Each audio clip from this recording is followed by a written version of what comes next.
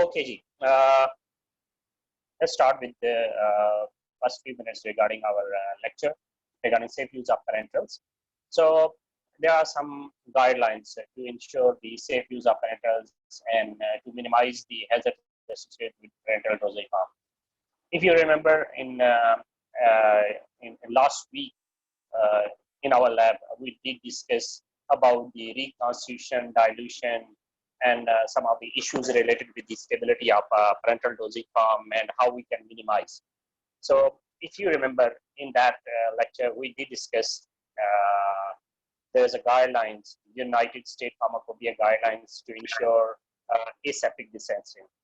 So based on those guidelines and other standard operating procedures to ensure safe use of parentals, I have formulated some do's and don'ts, some guidelines कि क्या करना चाहिए, क्या नहीं करना चाहिए regarding reconstitution of antibiotics and all other emergency drugs, especially the parental dosage form.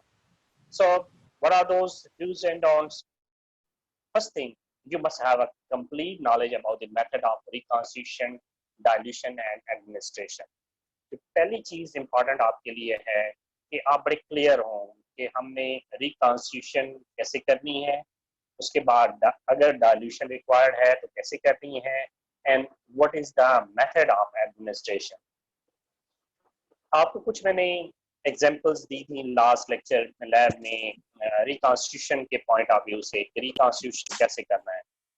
अब आपने देखा होगा या आपने हॉस्पिटल में गए होंगे तो लेट्स से आपके पास वायल है और वायल की वो क्रीम रिमूव करके उसमें स्टीरॉइड वाटर का इंजेक्शन से उसमें डाइल्यूएंट ऐड करते हैं.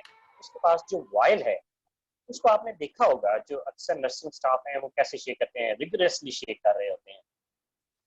For some antibiotics, it's true, it can be mixed after reconstitution with rigorous checking. But some of the drugs, especially biological dosage form, they shouldn't be shaken rigorously. कुछ antibiotics भी हैं, आप आज जाके देखिएगा fourth generation cephalosporin जो है, सेफिपाइन और जो बायोलॉजिकल्स हैं, अगर उनको रिकॉन्स्टिट्यूशन की गाइडलाइन में लिखा होता है कि add the diluent slowly along the walls of the vial of that drug. कि डाइल्यूट आप ऐड कर रहे हैं तो स्लोली वॉल्स के साथ ऐड करें, डायरेक्ट पाउडर बेड के ऊपर ना करें, one thing. And secondly, after adding the dilute और reconstitution in the vial, do not shake rigorously. If you will shake the vial rigorously, it can lead to the formulation of what you call air bubbles and foam. Foaming हो जाएगी. जिस तरह आपने देखा होगा albumin या globulin या कोई भी प्रोटीन है, आप घर में देख लें मिल्क है जो उसकी एग वाइट होती है, आप उसको रेगुलरली शेक करें तो फोमिंग सी हो जाती है, वो प्रोटीन्स हैं. Similarly, some dosage form, parental dosage form, if they are shaken rigorously, it can lead to formulation of foaming. अब जब फोमिंग हो जाएगी तो वो आप विड्रॉ नहीं कर सकते, वॉल्यूम जाया हो जाएगा. Number two, some molecules they are damaged on rigorous shaking. तो उसमें कहा जाता है कि आप along the walls ऐड करें डाइल्यूएंट, फिर slowly, ये जिस तरह देख रहे हैं मेरी pencil, slowly swill in your palm like this or simply shake like this. That is basically the method of reconstitution. One thing I told you, you must have a clear-cut knowledge about reconstitution, then dilution if required, then method of administration. So before administration of any parental dosage form, either it's ampule or vial, you must have a clear-cut guidelines and knowledge about its reconstitution, dilution and administration. ये मैंने कुछ example आपको coat किए हैं कि problem क्या हो सकता है कि रिकॉन्स्टिट्यूशन और डाइल्यूशन में, जो आपने ज़हन में रखना है.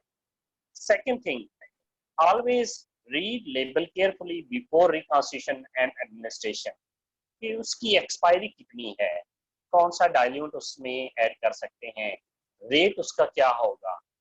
ठीक है, Third thing is before reconstitution, dilution, or administration, wash your hands.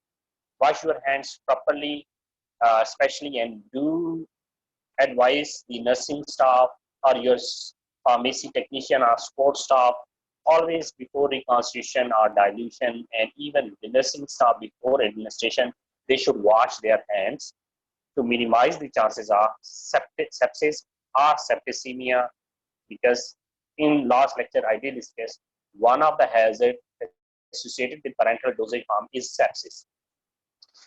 Then remove crimp of injection to be reconstituted. आपने वायल देखी है, उसके बाद एक जो होती है क्रिम्प होती है एल्यूमिनियम की, वो और उसके ऊपर एक प्लास्टिक कैप कवरिंग होती है। तो वो जब क्रिम्प सेफली आप रिमूव करेंगे तो आप उसकी प्लास्टिक कैप रिमूव करते हैं, that exposes the plastic card जिसमें इंजेक्शन नीडल इंसर्ट की जाती है, आप रिमूव करें।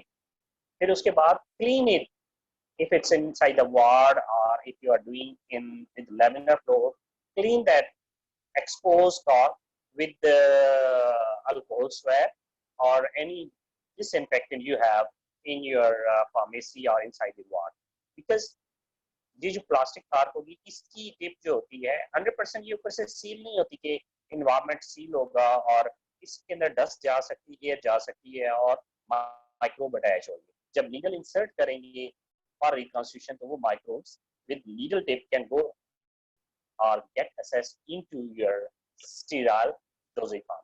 So first, just disinfect. ये ऐसा ही है जैसे किसी भी इंजेक्शन लगाने से पहले क्या करते हैं, अल्कोहल स्वैब से आप स्किन को डिसइंफेक्ट करते हैं, फिर इंजेक्शन लगाते हैं। क्यों लगाते हैं? There are some microbes on your skin, and while injection, these microbes can get access into your blood. Do follow that guideline. Then you can mop this with either 70% alcohol, spirit, or any disinfectant you have available with you. Then reconstitute your vial with appropriate diluent. Appropriate diluent and volume. कुछ parenteral dosage form ऐसे भी हैं जिनमें बाकायदा label के ऊपर लिखा होता है, उनकी गाइडलाइन में लिखा होता है कि आपने इसको फॉर एग्जांपल 5 ml में करना है या 10 ml में करना है। It depends upon their solubility. मैंने अक्सर पाकिस्तान में हॉस्पिटल जो वार्ड्स हैं उनमें ये प्रॉब्लम देखा है कि स्टीराइल वाटर फॉर इंजेक्शन की जो एम्प्यूल होता है आपने देखा है वो 5 ml का होता है, and mostly nursing staff tend to reconstitute with that 5 ml। वो एक एम्प्यूल को ब्रेक करती हैं और वो अगर 2 ग्राम का या 1 ग्राम का वायल फॉर रिकॉन्स्टिट्यूशन है उसमें वो 5 ml से ही कोशिश करते हैं डिजॉल्व हो जाए। Sometimes some antibiotics or drugs which are in the vial, they doesn't dissolve with 5 ml. For example, आज आप देखिएगा सिफरोक्साइन, ये सेकंड जनरेशन सेफलोस्पोरिन है, ज़ानासेप इसका ब्रांड लीडर है, ज़ानासेप, ज़ीसेप, different brands it's available, and it's available with a strength of 2.5 and 7.5.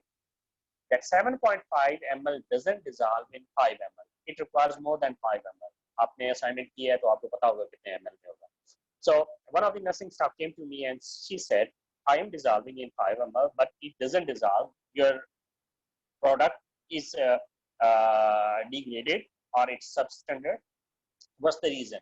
When I asked how they are reconstituting it, they said they are adding 5 ml, and on the label and guideline it was mentioned it will dissolve like 7.5 ml, for example, but it doesn't dissolve in 5 ml. वो properly dissolve नहीं होता था, इस वजह से वो कुछ उसमें जो अनडिजॉल्व मटेरियल था, जो पार्टिकुलेट थे, तो वो कहते थे हेलो सर जी सर किसी भी प्रोडक्ट के ऊपर जो वॉल्यूम मेंशन किया होता है कि इतने वॉल्यूम में डाइल्यूट करना है, अगर उससे ज़्यादा डाइल्यूएंट यूज़ कर लिया जाए फिर तो नहीं कोई असर पड़ता उसके, यानी प्रोडक्ट की जो नहीं, जो रिकॉन्स्टिट्यूशन होता है ना, एक चीज मिनिमम का प्रॉब्लम होता है क्योंकि सॉल्युबिलिटी का, मैक्सिमम का प्रॉब्लम इसलिए होगा कि आपने वाइल की स्ट्रेंथ भी तो देखनी है ना, कि वाइल में मैक्सिमम कितने वॉल्यूम ऐड हो सकता है, समझ रहे हैं मेरी बात। अब जो वाइल बनाई गई होती है अलॉन्ग विद पाउडर, उसमें पता होता है कि इसमें मैक्सिमम आफ्टर रिकॉन्स्टिट्यूशन 10 ml या 20 ml या 15 ml हो सकता है। आप कहेंगे कि मैंने इसको 20 ml में रिकॉन्स्टिट्यूट करना है, रिकॉन्स्टिट्यूट नहीं होगा। क्यों? थोड़ी सी स्पेस तो उसमें वैसे ही होती है, वो इसलिए रखी जाती है कि आपने उसको शेक करना है, मिक्स करना है। समझ रहे मेरी बात? So the problem is with minimum yes sir. Volume of solubility. Maximum आपने ये देखना है कि गाइडलाइन कह रही है कि 5 ml, आप उसमें 10 ml ऐड करना चाहेंगे तो माइट भी उसमें 7 ml ऐड हो जाएंगे। आप ऐड कर लोगे, वाइल फिल हो गई, अब उसको आप शेक नहीं कर सकते, वो डिजॉल्व नहीं होगा। Clear? So stick with the guideline what they से। ठीक। Yes sir. Then after reconstitution, then I told you how to shake it rigorously or slowly swell up and down. Then you will reconstitute. Then before dilution or before administration, inspect it visually against the light. आप light के against उसको देखें, उसके अंदर कोई particulate matter तो नहीं है, अनडिजायर्ड ड्रग तो नहीं है। अगर उसके अंदर पार्टिकुलेट मैटर है या अनडिजायर्ड ड्रग है, then it is not fit for administration. Why it's not fit for administration? Because if the particulate matter get accessed into your blood, it can cause embolism. समझ रहे हैं? तो आपने जब भी है इंस्पेक्ट करना है पहले कि ये प्रॉपर्ली डिसॉल्व हो गया या इसके अंदर कोई पार्टिकुलेट मैटर या कोई ग्लास जो है जब इम्प्यूर ब्रेक किया गया था उसका कोई ग्लास पार्टिकल तो नहीं चला गया which is visible by the naked eye. And in last lecture, if you remember, मैंने आपको बताया था in the wards, in the pharmacy, how you can minimize the chances of sepsis and particulate contamination by using syringe filters. Syringe filters दो तरह के होते हैं, एक जिनको हम कहते हैं antimicrobial, which are 0.22 micron, which are either syringe filters or inline filters. And second one are known as particulate membrane filters, which are of different sizes, ranging from 1 micron to 5 micron.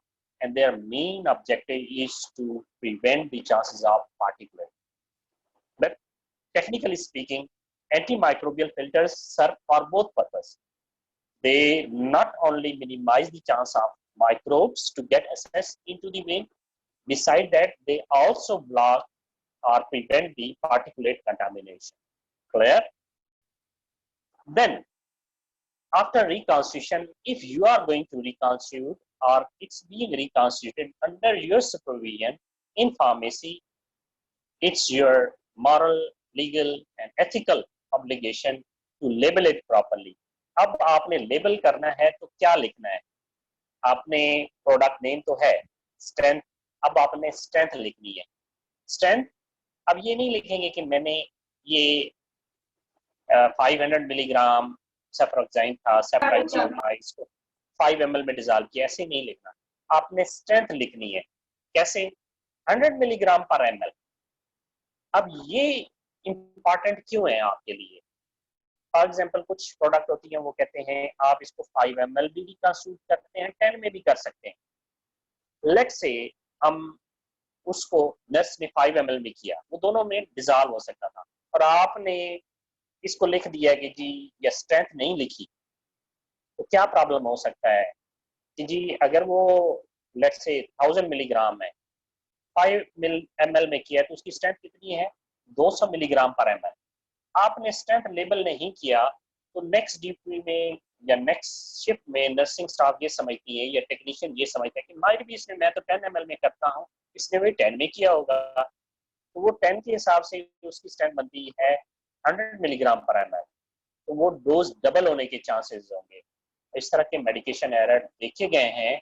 जब strength नहीं लिखी गई थी तो उन्होंने volume जो है समझा कि ये जो स्ट्रेंथ है सिंगल हो गई, तो वो डबल एडमिनिस्टर कर दी गई। तो ऑलवेज मेंशन द स्ट्रेंथ। अब स्ट्रेंथ का फायदा ये होता है, फॉर एग्जांपल उसमें से 5 ml में से 3 ml यूज हो गए, अगर मैं आता हूँ नेक्स्ट शिफ्ट में, मैं उसमें 2 ml विड्रॉ करूंगा तो I will know automatically its strength is let's say 100 milligram per ml and I withdraw with the syringe 2 ml, then it means it's 200 milligram because strength is mentioned. So always mention the strength on the reconstituted vial. One thing. Second thing, mention its stability and reconstitution date and time. After strength, mention reconstitution date and time along with its stability. अब जब वो reconstitute हो गई है, पहले तो for example सेप्ट्राइक्सोन या कोई भी वायल थी, उसकी stability in powder form, in refrigerator और इन रूम टेम्परेचर 2 साल या 3 साल थी।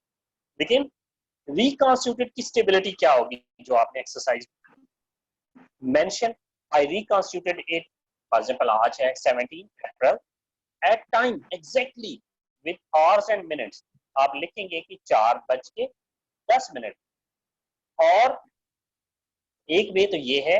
दूसरे नंबर पे फिर नीचे अगर आप डेट एंड टाइम लिख रहे हैं तो इसकी स्टेबिलिटी भी लिख दें कि it will be stable for 6 hours in refrigerator, sorry in room temperature and 24 hours in refrigerator. तो जो भी बंदा होगा वो देखेगा इसने रिकॉन्स्टिट्यूट किया है 4:10 पे, ये तो रूम टेम्परेचर पर पड़ा है, तो मैक्सिमम ये 6 घंटे और स्टेबल होगा, तो ये रात को 10:10 तक मैक्सिमम स्टेबल हो सकता है, उसके बाद इसको डिस्कार्ड करना पड़ेगा। ठीक है, अगर ये एक वे है। दूसरा वे क्या है, safe, instead of writing date time do mention it will be stable at room temperature at this time and day. लिख दें कि it will be stable till 10 p.m. on 17th April if kept in room temperature and 18 April till 4 p.m. if kept in refrigerator। अब जो भी vial उठाएगा उसको पता होगा इसकी स्ट्रेंथ क्या है, नंबर 2 क्या ये स्टेबल है या नहीं है। ठीक है, ये लेबल करना बहुत इंपॉर्टेंट है, और मैं ये आपको गाइड करूंगा। जब आप हॉस्पिटल में जाएं तो आप देखें कि जो वायल है इसकी क्या रिकॉन्स्टिट्यूशन उन्होंने लिखी है, स्ट्रेंथ लिखी है, और इसकी रिकॉन्स्टिट्यूशन के बाद स्टेबिलिटी क्या लिखी है या नहीं है। ये आप जाके जब भी किसी हॉस्पिटल में जाएं या बीइंग फार्मासिस्ट आप जाएं तो ये मैं आपको एक एडवाइस करूंगा कि देखिएगा कि whether they are practising it और नॉट। ये ऐसा ही है कि एक प्रोडक्ट है जिसकी स्टेबिलिटी 6 घंटे है, 6 घंटे की बजाय वो 7 घंटे, 1 घंटा लैप्स कर जाता है और एडमिनिस्टर की गई है, तो आप समझ सकते हैं कि उससे कितने नुकसान हो सकते हैं। either the drug will be deteriorated or damaged with no efficacy, and even it can have some hazardous effects as well। कोई प्रोडक्ट ऐसी है कि डैमेज मेटाबोलाइट भी बन सकता है, समझ रहे हैं। तो ये आपने हमेशा लेबल के ऊपर देखना है। Then after reconstitution, proper method of reconstitution, then administration, maybe अगर आपने डाइल्यूशन बनाई है रिकॉन्स्टिट्यूशन के बाद तो लेबल में ये भी लिखते हैं इट्स रेट ऑफ एडमिनिस्ट्रेशन। अब रेट ऑफ एडमिनिस्ट्रेशन 2 तरह से आप लिख सकते हैं। नंबर 1 आप कहेंगे कि इतने मिलीग्राम पर ml से जाना चाहिए। अब नर्सेज हैं या डॉक्टर हैं वो मिलीग्राम पर ml लिखेंगे, फिर वो वॉल्यूम देखेंगे, फिर उसका वो कैलकुलेट करेंगे कितने ड्रॉप्स हैं।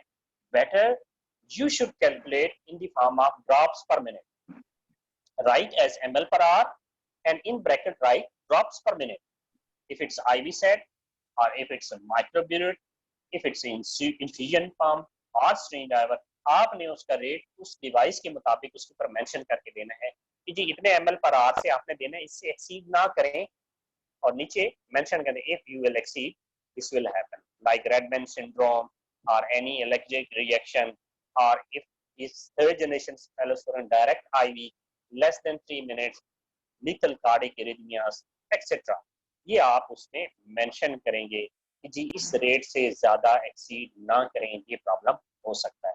So this was some do's and what are don'ts, what you shouldn't do or practice inside the ward with the reconstituted vials and ampules. Number 1, if you find any injection, ampule or vial open without label, it's a poison, discard it. Despite you know it's stable, you have reconstituted without label, anything you have to discard। One thing, आप एक reconstituted vial देखते हैं किसी भी drug की, ऊपर उसकी strength नहीं है, स्टेबिलिटी या उसका reconstitution डेट और टाइम नहीं लिखा, तो रिस्की है, आप गलत मेडिकेशन एरर्स के चांसेस बढ़ जाएंगे। Number 2, never break an infusion bottle. मैंने आपको बताया था कि parentals it's a closed dosage form for administration. no air from the environment should enter into the infusion bottle. If the air is getting access, then it's not a parental dosage form, it's just like a syrup or suspension. And why you are administering to vein. So never prick infusion or while. अब मैंने आपको last में बताया था कि जो large volume parental होते हैं, they are either collapsible infusion, जिस तरह आपने नॉर्मल सलाइन रिंगर लैक्टेट देखी है, जैसे वो 1 मीटर हाइट से पेशेंट की बेड साइड से 1 मीटर हाइट से होते हैं, and they move by gravity, वो ग्रेविटी के जरिए मूव करते हैं into the when, and whenever the infusion is administered it will collapse against the negative pressure created by the vacuum, वो खुद कोलैप्स होती जाएंगी और एडमिनिस्टर होता जाएगा। अगर उसको प्रिक कर देंगे तो आप उनको बताएं कि ये जो एनवायरनमेंट है ये की आपके वार्ड की कितनी कंटामिनेटेड है, पेशेंट को तो सेप्सिस के चांसेस कितने गुना बढ़ गए हैं। Number besides this oxidation, reduction, hydrolysis, बहुत सारे और प्रॉब्लम भी हो सकते हैं। Then be careful about those drugs which are photosensitive. अब B12 है, ये कुछ ऐसे ड्रग्स हैं, आपने देखा होगा कि एम्बर कलर इंफ्यूज में आई हुई है, कवर्ड है, और आपने उसकी इंफ्यूजन बना के दी है, और इंफ्यूजन जो infusion container है, that is transparent, and that transparent container is hanging inside the ward in ward light, then there are chances it will be degraded. तो उसको कवर करना है opaque और उसके ऊपर प्रॉपर लेबल करना है।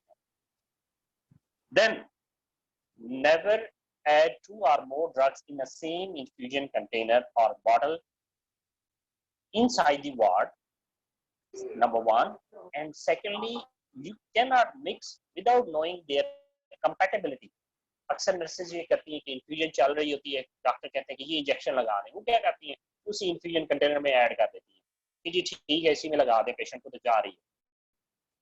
क्या प्रॉब्लम्स हो सकते हैं? नंबर वन, उन्होंने इन्फ्यूजन कंटेनर को प्रिक किया है, sepsis. Number two, whether that drug is compatible with the infusion container or not. Number three, whether that drug was required to produce immediate effect or delayed effect. आप देखते हैं कि infusion है वो 6 घंटे में जानी है, जबकि कुछ ऐसी ड्रग थी जिसमें इमीडिएट इफेक्ट चाहिए था। तो अगर वो डाइल्यूट होकर 6 घंटे में जा रही है तो वो कभी भी मिनिमम इफेक्टिव कंसंट्रेशन तो क्रॉस ही नहीं करेगी, जैसे ब्लड में जाएगी साथ एक्सक्रीट हो जाएगी। तो ये बहुत सारी चीजें हैं जो आपने देखनी है कि इस तरह की मेल प्रैक्टिसेस नहीं होनी चाहिए to ensure safe use of parentals inside the ward. Then never advise nursing staff never detach IV set from the infusion container in the ward. अब ये भी देखा जाता है कि आपने बना के दी है, IV सेट लगा के दिया है, नर्सेज उसको डिटैच कर नहीं जी ये तो हमने माइक्रोब्यूरेट लगाना है। अगर उन्होंने एक दफा कंटेनर ओपन कर लिया है तो it's of no use. So guide them, educate them, never detach microburette IV set or microburette or any IV line which is you have attached with the infusion bottle in laminar flow hood. Clear? So these are some do's and don'ts. ये आपने ज़हन में रखनी है जब आप wards में practice कर रहे होंगे। Either you are in charge of any aseptic dispensing section or IV and mixer section, or you are working as a clinical or ward pharmacist, then it's your domain. You are the custodian of the drugs. You have to ensure the safe use of drugs. You have to educate the nursing staff about safe use of drugs. Is it clear? Any question about these guidelines? Sir sometime जो ward में होता है, hello अस्सलाम वालेकुम। जी मैं सुन रहा हूँ। जी वालेकुम सलाम, मैं सुन रहा हूँ। सर वार्ड्स में ऐसे नर्सेज करती हैं कि वो इन्फ्यूजन बॉटल में ना इंजेक्शन जब इंजेक्ट करती है ना तो वो सिरिंज बाहर नहीं निकालती बल्कि उसकी नीडल अंदर ही रहने देती है बॉटल के। ठीक है, तो ये भी रॉन्ग प्रैक्टिस है। जी बिल्कुल। आप मुझे एक बात बताएं, नीडल जो है वो इसलिए बाहर नहीं निकालती कि क्लोज सिस्टम, वो आपसे आर्ग्यू करेंगे कि नीडल तो मैंने नहीं निकाली ना, लेकिन मुझे ये बताएं कि नीडल के पीछे जो है सिरिंज तो निकाल लेती है ना, सिरिंज तो नहीं ना रहने देती। यस वो एक्सपोज है। नीडल से जैसे ही वो ग्लास कंटेनर में ये काम करती हैं, जैसे ग्लास कंटेनर में मेडिसिन नीचे मूव करेगी, वैक्यूम क्रिएट होगी, तो एयर अंदर जाएगी नीडल की बैक साइड से। जी सर, लॉजिक है ना। जब वो एयर अंदर सर। जा रही है, वो जो सिरिंज है उसमें कोई फिल्टर तो नहीं लगा हुआ 0.22 माइक्रोन का, तो वो एयर अंदर जा रही है, तो सक्सेस के भी चांसेस हो रहे हैं। समटाइम्स ये भी देखा गया है कि वो लीकेज होने भी शुरू हो जाती है उस नीडल से, तो वाट गंदा होना शुरू हो जाएगा, मेडिसिन वेस्टेज हो जाएगी। नंबर 3, एयर अंदर जा रही है तो ऑक्सीडेशन रिडक्शन ये चांसेस भी होंगे, क्योंकि उन्होंने ग्लास कंटेनर में उसको रखा हुआ है। अब अगर कोई मेडिसिन ऐड करनी है तो पहली बात तो ये है कि जितने भी आईवी एडमिक्सर बनाए जाते हैं, बिफोर एडमिनिस्ट्रेशन ऐड करने होते हैं।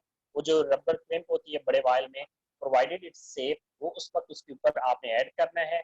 फिर एक ही दफा जहां लगा, मतलब इंजेक्शन लगाते हैं ना, उसमें ऐड कर रहे होते हैं, फिर उसी जगह पे वो आईवी सेट का प्लंजर लगा देते हैं और वो कंप्लीट सील हो गई, अब हैंग कर ले, कोई इशू नहीं। वार्ड में कभी ऐड नहीं करना, नंबर 1। नंबर 2, अगर ऐड करना है तो उसका क्या हाल है। नर्स कहती है कि जी नहीं, इसको मेडिसिन देनी है फ्री फ्लोइंग में। अब फ्री फ्लोइंग में कैसे होता है, ये आईवी सेट जा रही है ना उसकी लाइन, उसके साथ एक वाई साइट होता है ऐसे करके, उसके ऊपर कॉर्क लगा होता है प्लास्टिक का। आज जाके देखिएगा, गूगल कीजिएगा, वाई साइट ऑन और injection site on IV sets. अब वो ये होता है कि ये फ्री फ्लोइंग मेडिसिन जा रही है, कोई इंजेक्शन इमीडिएटली लगाना है, फॉर एग्जाम्पल एलर्जी हो गई है, वो कहते हैं ये मेडिसिन ऐड करने, अलादा ब्रांडला नहीं है, इसी में लगाना है, तो वो इंजेक्शन ऐसे लेंगे, उस वाई साइड में ऐसे वो ड्रिप बंद कर देंगे और उसमें ऐड करेंगे, और वो medicine via that line will go into the blood. अब एक और क्वेश्चन यहाँ पे ये आता है, if that drug is compatible, तो वो ड्रिप भी चलती रहे और ये वाई साइड से आप लगा दें तो दोनों इमीडिएटली पेशेंट को चले जाएंगे। Secondly, if that drug is incompatible with the infusion, फिर क्या करेंगे आप, उसका जो रोलर क्लैंप होता है ना, उस इन्फ्यूजन को ऊपर वाली बंद कर देंगे, और ये वाई साइड्स जब उसमें मेडिसिन अब फ्लो नहीं कर रही होगी, तो लाइन को वॉश करेंगे विद नॉर्मल सलाइन और डेक्स्ट्रो, वो 5 ml डालेंगे, वो लाइन आगे से वॉश हो जाएगी। उसके बाद वो 5 ml 3 ml जितनी भी इंजेक्शन लगानी है वाई साइड में लगा दें। लगाने के बाद फिर उसको फ्लश कर दें, वॉश कर दें। अब जब मेडिसिन आपकी लग गई, अब दोबारा जो इन्फ्यूजन चल रही थी इन्फ्यूजन, उसको आप ओपन कर दें, इट विल वर्क। क्लियर? इस बात की समझ आ गई आपको? जी सर, आ गई है। ओके, तो आज ये तो था आपके सेफ यूज से पॉइंट ऑफ व्यू से, जो लेक्चर के कुछ पॉइंट्स थे, डूज एंड डोंट्स थे, आप ज़हन में रखिए ये क्या है। मैं इस तरह की क्वेश्चन आपको एक सिनेरियो पेश करूंगा, ये पेशेंट है, उसको ये मेडिसिन की इस तरह दी गई, ठीक है, क्या प्रॉब्लम हो सकते हैं, उनको कैसे मिनिमाइज किया जा सकता है, मतलब ऐसे क्वेश्चन होगा, आपने बताना है कि ये चीजें करनी चाहिए थी, ये नहीं करनी चाहिए थी। इस पॉइंट ऑफ व्यू से आपने मेल प्रैक्टिसेस को आइडेंटिफाई करना होगा। Is it clear? ओके, आप लोगों ने आपने व्हाट्सएप ग्रुप में देखा है, मैंने आपको एक आईवी एडमिक्सर कैलकुलेशन की एक एग्जांपल दी है, क्या सबके पास है? Yes sir. ओके, अब ये है कि हॉस्पिटल में समटाइम्स ये होता है, आपने इन्फ्यूजन देखी होगी, ठीक है, आपने वार्ड में देखा होगा, समटाइम्स वो डॉक्टर आपको कहते हैं कुछ ऐसी मेडिसिन होती है जिसमें स्पेसिफिक कोई आपको कॉम्बिनेशन चाहिए। आपने देखा होगा नॉर्मल सलाइन आपको नजर आई होगी, हाफ सलाइन या निफ्स सलाइन भी नजर आई होगी, that is 0.45% NaCl. Normal saline is 0.9% NaCl. And then you have 5% dextrose, then you have 10% dextrose. All these combinations are different crystallized for peripheral administration. Sometimes आप teaching hospital में हैं या tertiary care में हैं, physician ask for specific IV admixture कि जी मुझे ये कॉम्बिनेशन चाहिए which is not commercially available. That combination is of dextrose and normal saline. आपने देखा होगा कि 4.3% dextrose with 0.45% normal saline, different combination, but they are not more than 2 or 3 combination. But sometimes doctor asks you, I need this combination for this patient because of that critical condition. अब वो आपने कैसे बनाना है? अब अगर आप paper में देखें तो ये मैंने एग्जाम्पल में आपको कहा है prepare NS by 3 mean 3 times 1 by 3 normal saline plus 7.5% dextrose solution any volume. वो कहते हैं मुझे for example 450 ml n by 3 n mean normal saline, n by 3 would be 0.33% normal saline. Is it clear? normal saline में कितना होता है sodium chloride 0.9%, तो उसका 3 टाइम्स क्या होगा, 1/3 क्या होगा 0.33% normal saline plus 7.5% dextrose water. Let's say वो कोई भी वॉल्यूम कहता है तो आपने कैलकुलेट करना है पहले 100 ml के लिए, फिर उसको मल्टीप्लाई कर दें चाहे 200 ml है या 2000 ml है या 500 ml है. अब सबसे पहली चीज क्या है, for this preparation prepare 100 ml of n by 3 plus 7.5% dextrose. First आपके लिए कैलकुलेट करें कि ये n by 3 है, divide it by 3 times, so you will require 33 ml of normal saline. अगर वो कहते n by 4 तो फोर्थ टाइम है तो नॉर्मल सलाइन के आपको कितने ml चाहिए होंगे 25 ml. क्लियर? अगर वो कहें नॉर्मल सलाइन n by 2 तो 50 ml आप नॉर्मल सलाइन ले लें already manufacture. Basically you cannot add normal sodium chloride stearoid and stearoid dextrose and make it's not available. Only you have to do admixturing of already available finished dosage form, sterile dosage form in laminar flow. आप ये सारी चीजें खुद powder में नहीं मिलेंगी जो आप करें और फिर उसको स्टीराइल करें. आप इस मेथड ऑफ मिक्सिंग को कहते हैं wet mixing.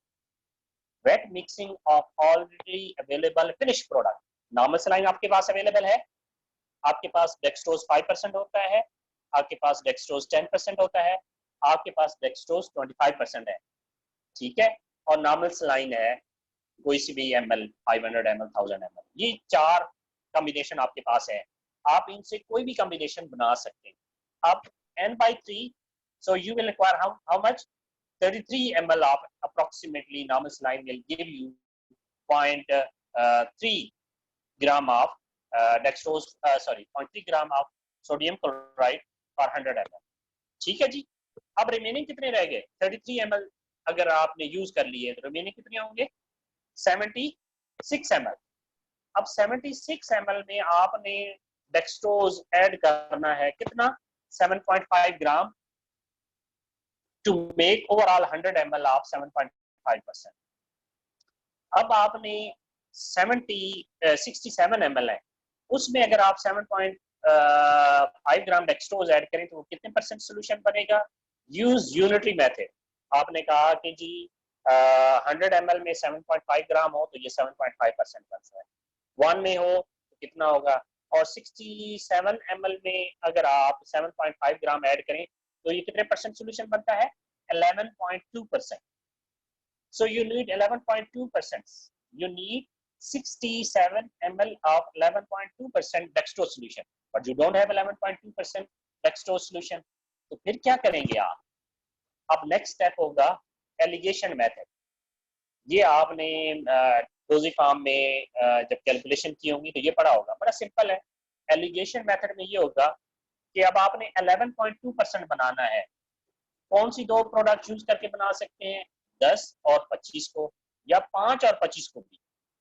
Let's say because it's in between 10 and 25 it's 11.2%. सो आप एलिगेशन मेथड में इस तरह लिखेंगे कि 10%, 25% और फिर जो आपने बनानी है यहाँ पे लिखें 11.2%. फिर आप क्या करेंगे इसको सब्सट्रैक्ट कर दें जो भी बड़ा अमाउंट है. Subtract 10 from 11.2 it would be 1.2 and subtract 11.2 from 25 it would be 13.8. आप इन दोनों को 13.8 and 1.2 ये जो भी फिगर आ रहा है add it would be 15. So this is basically 15 parts. So then next how much you have to prepare 67 ml. So divide 67 ml by 15. तो क्या आएगा आपके पास 4.6. ये है common factor. So multiply this common factor with both. Multiply 4.66 with 13.8, then multiply 4.66 with 1.2. जो आएगा, for example, roughly 61 ml of 10% and 6 ml of 25%. So अगर आप 61 ml 10% के और 6 ml 25% के और 33 ml normal saline के mix करें aseptically in laminar flow, you will prepare 100 ml of N/3 with 7.5% dextrose water. अब कोई सा भी वो कहें आपको N/5 with 10% बना के दें, आप ये मेथड यूज करके आप उनको IV एडमिक्सर बना के दे सकते हैं. मैं जब चिल्ड्रन में था तो चिल्ड्रन न्यू सर्विसेज उनके मेडिकल वार्ड से अक्सर ऐसी रिक्वेस्ट आती थी, काइंडली हमें ये एडमिक्सर अवेलेबल करवा के दें, नहीं मिल रहा कमर्शियली. जो उनकी मेडिसिन की बुक्स हैं वो कहती हैं इस पेशेंट को ये वाला IV फ्लूइड या क्रिस्टलाइड लगाएं, it's ideal for that patient. Sometimes they need less dextrose, sometimes they need less sodium chloride along with another dextrose combination. So by using this method, you can prepare that IV admixture aseptically in laminar flow. आपको क्या चाहिए, सिर्फ 10% dextrose की infusion, 25% की भी आपकी infusion और vial मिल जाती हैं, और एम्प्यूल भी अवेलेबल होते हैं छोटे 25 ml के. इसके अलावा आपके पास नॉर्मल सलाइन भी अवेलेबल. आपने क्या करना है, जस्ट उनको विड्रॉ करना है. 33 ml नॉर्मल सलाइन के ले लें, एक बॉटल में ऐड कर दें. 6 ml आप 25% डेक्सट्रोज के दें, ऐड कर लें. तीसरे नंबर पे 61 ml 10% डेक्सट्रोज लें, ऐड कर लें. आप एक इन्फ्यूजन में बॉटल में 100 ml में ये बन गया. अगर वो कहते हैं कि मुझे 250 ml चाहिए, तो आप ये जितने भी हैं उनको 2.5 से मल्टीप्लाई कर दें. So always calculate for such IV admixture for 100 ml. Is it clear? आपके सामने पेज है, इसलिए मैंने पहले ही बिफोर हैंड आपसे शेयर कर दिया था ताकि आप साथ देखते जाएंगे और आपको ये समझ आ जाएगी. Is it clear? सर जहाँ से आपने 15 पार्ट्स वाली कैलकुलेशन की है वो दोबारा बता दें. जी, आपने जिस तरह ये लिखा है ना कि आपने फॉर्मूलेशन कौन सी बनानी है, 11.2%. अब आप 11.2% किन दो को मिक्स कर सकते हैं, 10 और 25 को, या 5 और 25 को. क्या 5 और 10 को मिक्स करके 11.2 बना सकते हैं? कभी नहीं. अब जब ये लिखेंगे, ये एलिगेशन मेथड इस तरह होता है, आप जो बड़ा फिगर है उससे छोटे को माइनस करें, 11.2 में से 10 माइनस करें तो क्या आता है 1.2. 25 में से 11.2 माइनस करें तो आ गया आपका 13.8. अब इन दोनों को आपने ऐड कर लेना है. जब दोनों को ऐड करेंगे तो कॉमन जो पार्ट्स निकलते हैं वो 15 है. You have to add 13.8 plus 1.2. It's basically method of, it's called alligation method. अब 15 आपके पास कॉमन फैक्टर आया है. अब आपके पास रिमेनिंग कितना ml है जिसमें आपने डेक्सट्रोज ऐड करना था, 67 ml. जो भी रिमेनिंग होगा, जब भी कोई फॉर्मूलेशन आप बना रहे होंगे, उसको आपने इस जो पार्ट्स हैं इससे डिवाइड करेंगे तो कॉमन फैक्टर आ जाएगा. अब 67 ml को आपने 15 से डिवाइड किया तो 4.66 आ गया. अब जो 4.66 है आपने दोनों से मल्टीप्लाई कर दें, दिस इज कॉमन फैक्टर. आप दोनों के साथ मल्टीप्लाई करेंगे तो आपके पास आ जाएगा 61 ml 10% डेक्सट्रोज के और 6 ml 25% डेक्सट्रोज के. तो मैं आपको एक छोटी सी इसी कैलकुलेशन को मद्देनजर रखते हुए आपको असाइनमेंट देखता हूँ, आप कैलकुलेट करेंगे तो आपको क्लियर हो जाएगा. अगर नहीं हुआ मुझे बताइएगा, मैं आपको गाइड कर दूंगा. You have to prepare N/4 plus 12.5% dextrose water. You have to prepare 250 ml of, देख लें, you have to prepare 250 ml of N/4 plus 12.5% dextrose water. Is it clear? आपने, मैं दोबारा रिपीट करता हूं, आपने 250 ml मुझे बना के देने हैं N/4 plus 12.5% dextrose water. N/4 fourth part of normal saline plus 12.5% dextrose water के 250 ml का आपने इन्फ्यूजन बना के देनी है. ये आपने कैलकुलेशन करनी है.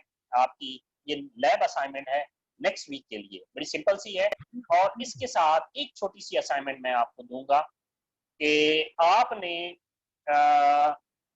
Flow rate with IV with drip set, आपने मुझे 5 फ्लो रेट बताने हैं, कितने ड्रॉप पर सेकेंड या कितने ड्रॉप पर मिनट मिल रहे होंगे।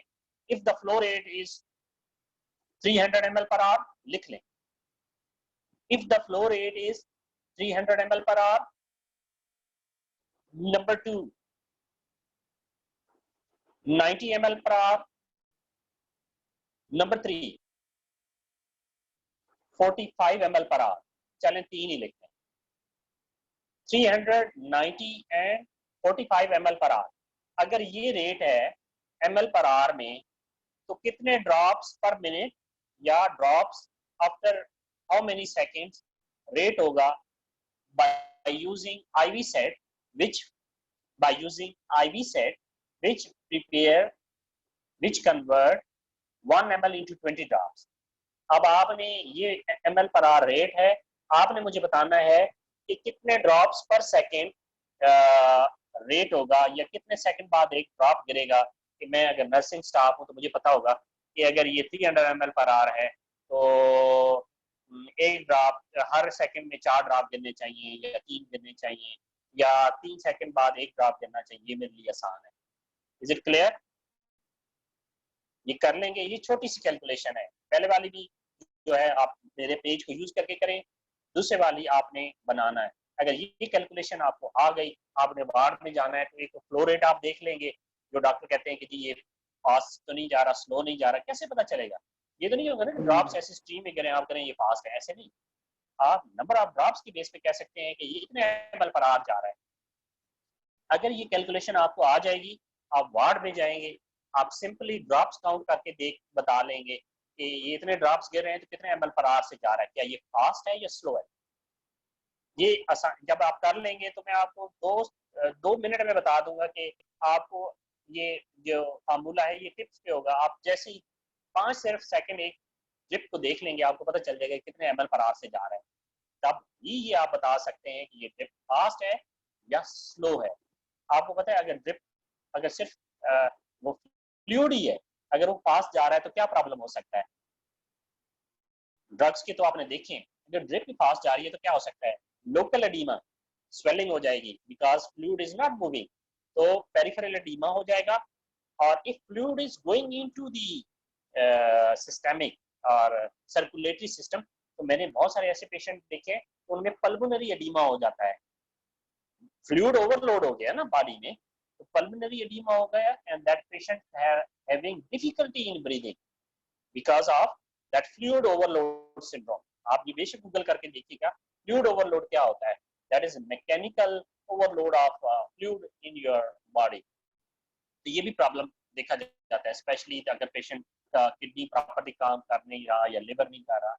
Being a pharmacist, all these problems you have to address with the passage of time। इंशाल्लाह अब ये सारी चीजें आहिस्ता आहिस्ता आपको समझ आती जाएंगी और आप इनको कर सकेंगे।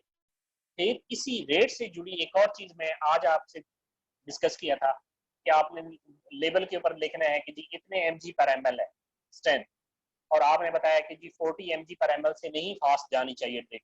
इफ दैट फॉर एग्जांपल इस साइक्लोवेर है, if it is administered at a rate of more than 40 mg per ml, it can lead to renal tubular acidosis। अब एक साइक्लोवेर की इन्फ्यूजन चल रही है, आप बीइंग अ फार्मासिस्ट कैसे बता सकते हैं कि इसको रीनल ट्यूबुलर एसिडोसिस तो नहीं हो रहा? अगर ऊपर उसकी स्ट्रेंथ लिखी हुई है कि जी इतने mg पर ml है, फॉर एग्जांपल उसकी लिखी हुई है कि जी ये 40 mg पर ml ही है, तो और बताया गया है कि जी 40 mg पर मिनट से ज्यादा नहीं जाना चाहिए, तो रेट कितना होना चाहिए? 1 ml पर मिनट से ज्यादा नहीं जाना चाहिए। अगर वो IV सेट है, आपको पता है 1 ml में 20 ड्रॉप्स बने हैं, तो 1 मिनट में 20 ड्रॉप से ज्यादा नहीं जाना चाहिए। 1 मिनट में 20 ड्रॉप है, 1 मिनट में 60 सेकेंड होते हैं, तो हर 3 सेकेंड में एक ड्रॉप गिरना चाहिए।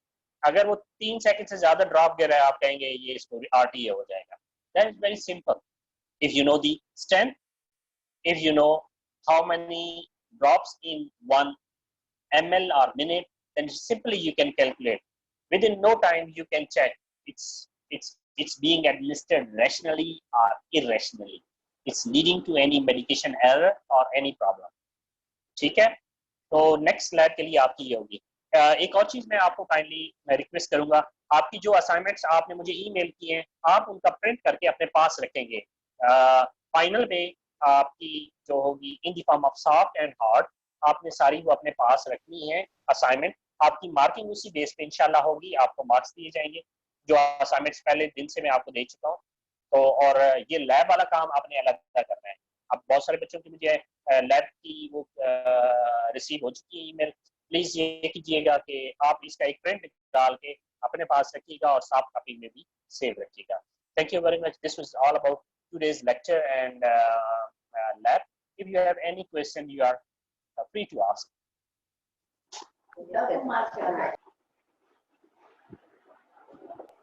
सर ग्रुप में, व्हाट्सएप ग्रुप में ऐड कर दे, व्हाट्सएप ग्रुप में कुछ बच्चे ऐड नहीं है। ठीक हो गया। आप मुझे जो नहीं है उनके पास मेरा नंबर है, या मैंने पहले एक लिंक दिया था आपको व्हाट्सएप का, क्या वो लिंक काम कर रहा है? उससे आप ऐड कर सकते हैं। सर लिंक नहीं है यहाँ, वो आप 10th सेमेस्टर जो है ना, 10th सेमेस्टर का एक कंबाइंड ग्रुप बना, उसमें करते हैं लिंक सेंड।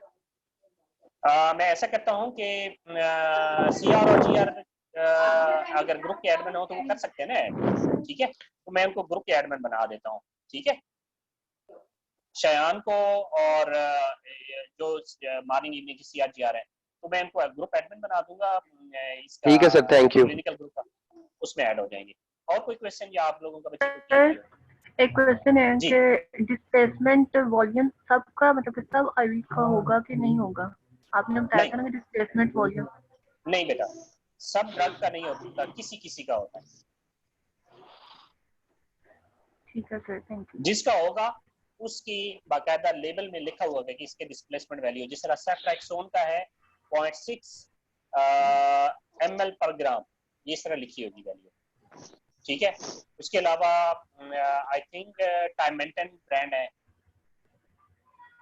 टाइमेंटन ब्रांड है, मैंने आपको असाइनमेंट में दिया था। एक और ड्रग थी उसका भी डिस्प्लेसमेंट वैल्यू थी, ठीक है, सबकी नहीं है, बहुत कम ड्रग है। Any other question? No sir.